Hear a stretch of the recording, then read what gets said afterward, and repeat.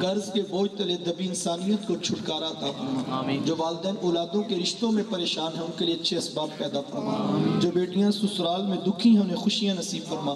جن کے آنگن ابھی تک اولاد کی دولت سے محروم ہیں نیک صالح بیٹے نصیب فرما۔ اولاد والوں کی اولاد کو نیک تربیت کا نور نصیب فرما۔ جس شخص نے انگلی سے پکڑ کر ہمیں ان راہوں کا مسافر کیا یا اللہ ہمیں ان سے وفا کی توفیق دینا۔ جن کی گفتگو نے ہمیں جو ہے وہ سیکھنے کا موقع دیا یا اللہ ان کو صحت عافیت والی لمبی زندگی نصیب فرما۔ رب ارحمہما کما ربیانی صغیرا ربنا آتنا فی الدنیا حسنہ وفی الآخرۃ حسنہ وقنا عذاب النار۔ صلی اللہ تعالی علی حبیبہ محمد وآلہ واصحابہ اجمعین۔